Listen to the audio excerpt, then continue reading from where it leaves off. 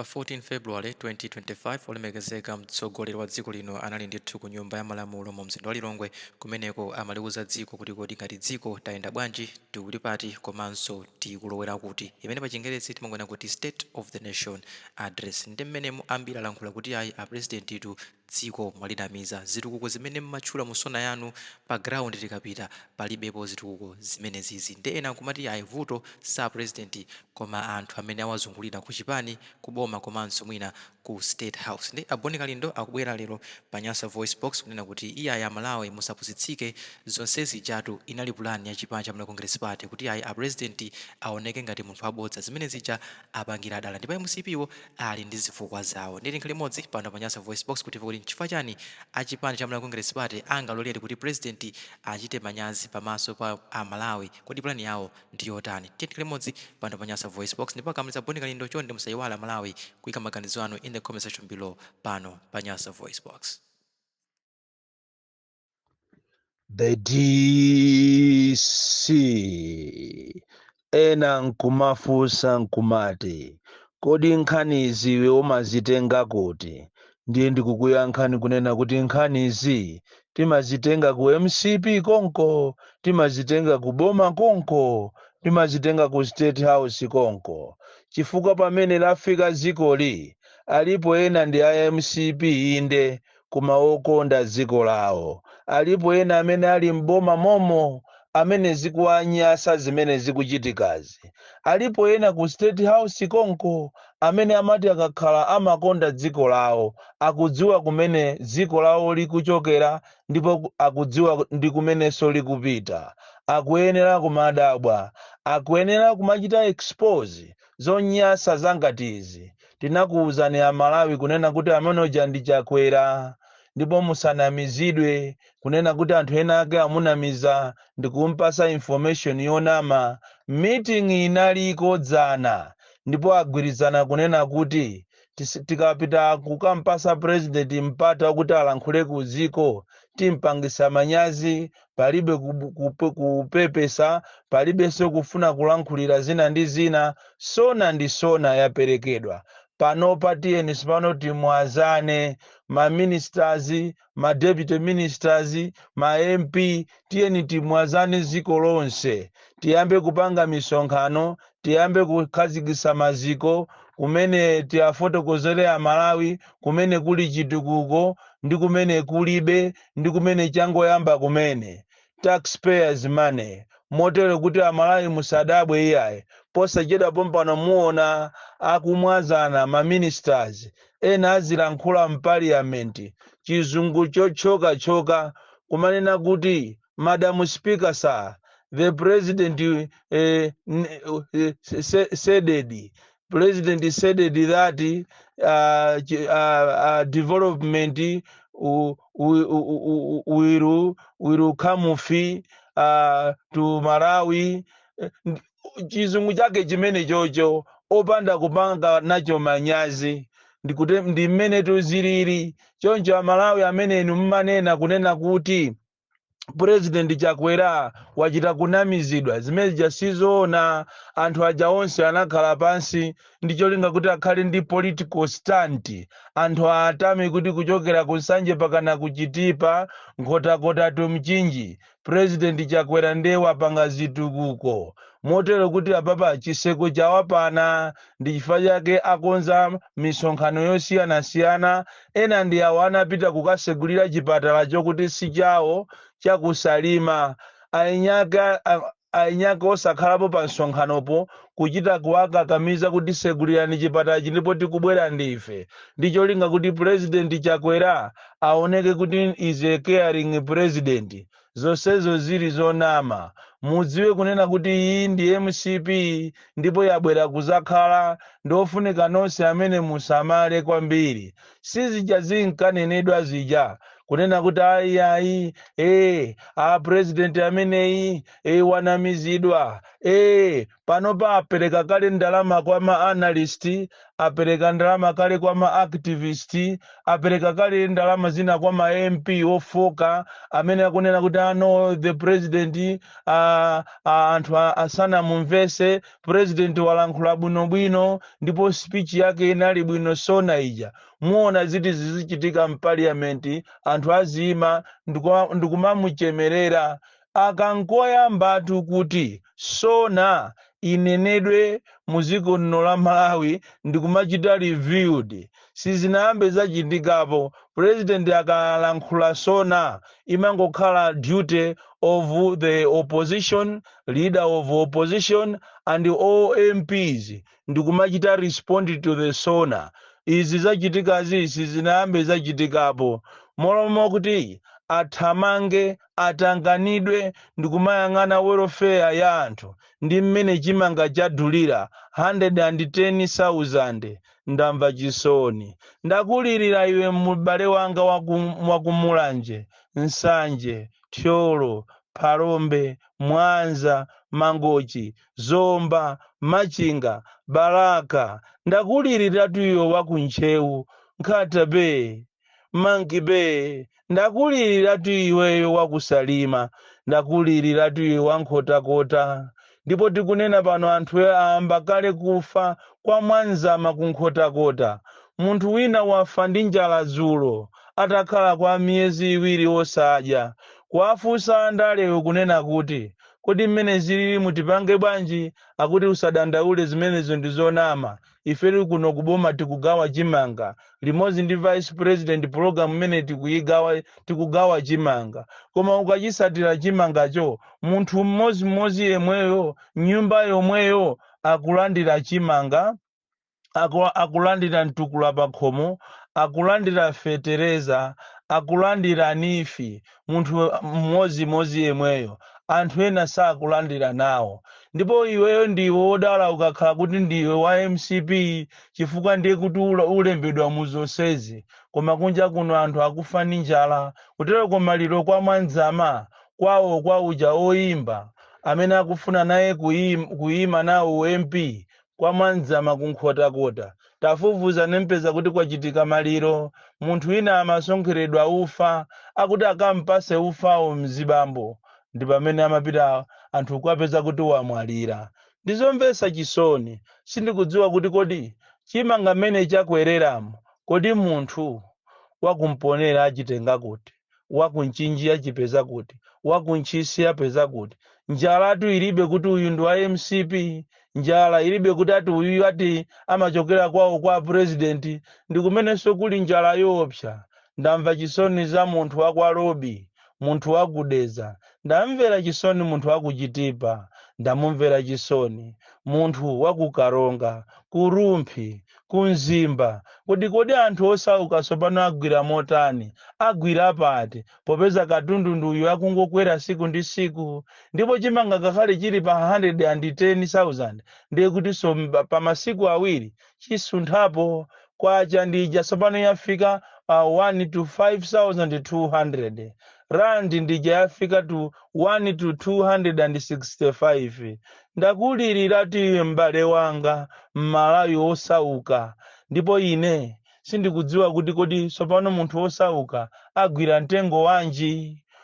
Malangizo kwa iwe amene ukuzitcha kuti ndiwe wa opposition pamene mukupita kuja kumatchedwa ku zisankho. Panopa ndiye zipani zatanganidwa, panopa andale nde akutuluka.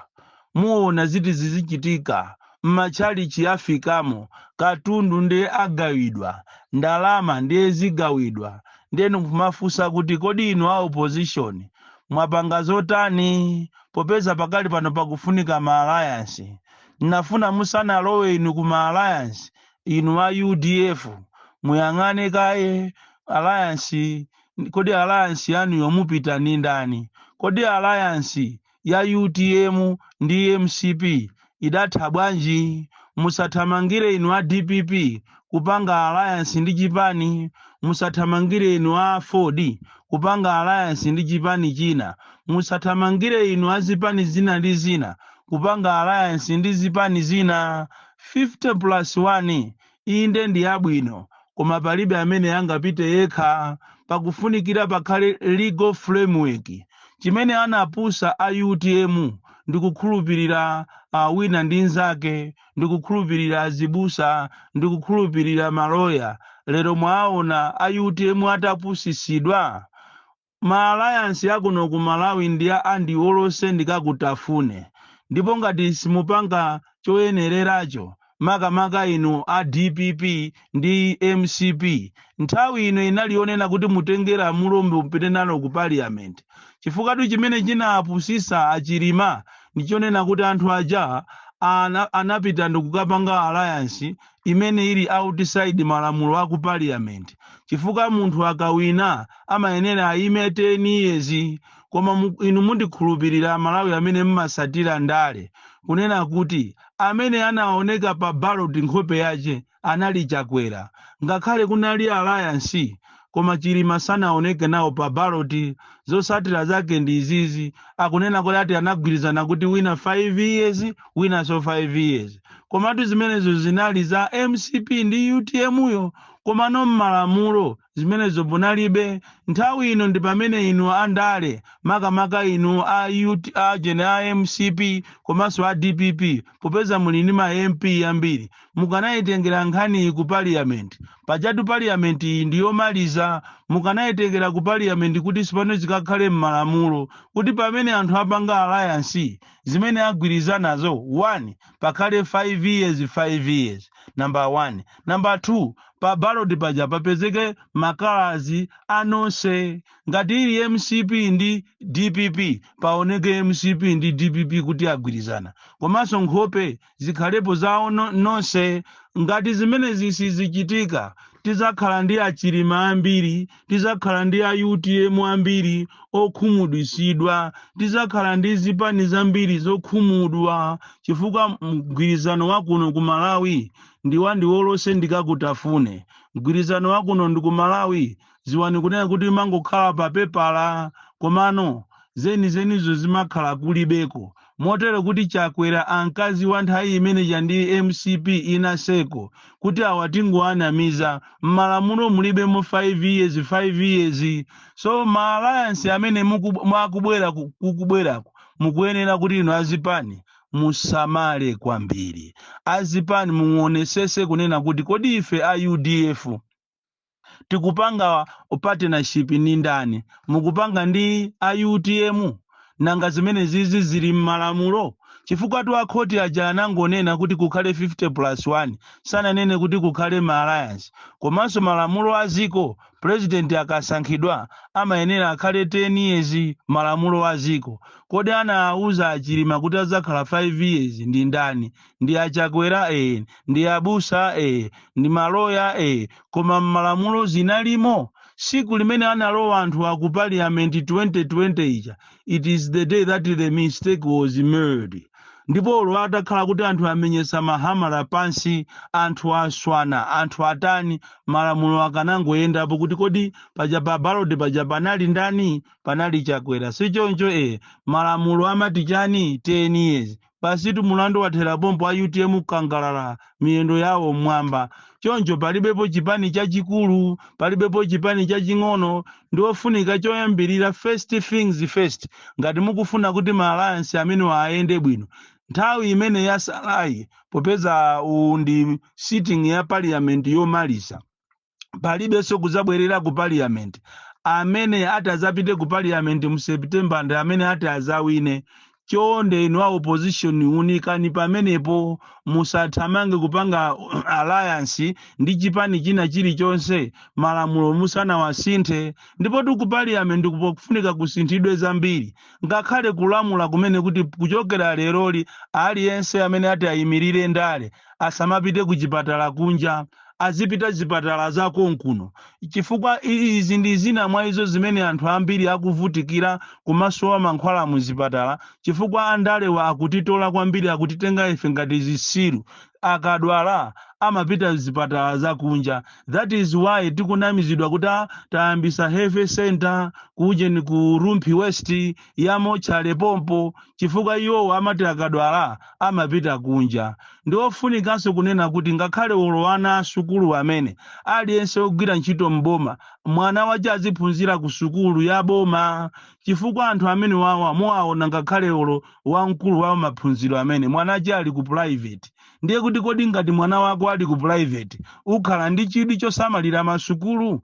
That is why pakana lero ana kuphunzirabe pasi pa ntengo chifukwa chonena kuti kulibeko deliberate policy yoteteza malamulo a dziko lino yoteteza maufulu aliyense angopanga zace andalewo akupanga zawo akuluakulu wa maphunziro akupanga zawo kungoyika malamulo kunena kuti na aliyense amene ali mboma kandi president kandi nduna kandi ndani MP kudwala pokapokapo mwina zikhale ndalama zace koma nangati ndalama za taxpayers momuno Malawi azipita ku chipatala chako nkuno ku Malawi ku Queens ku Central Hospital ku Tsholo chifukwa anthu amene wakutitenga ife ngati agalu. That is why akutitola angotiseweresa lero ndi awa chiseko cha apana akunamizirana kunena kuti apana upatiye ntiyambe kuyendayenda tizikauza anthu kodi zinayenda bwanji a president anayenda bwanji.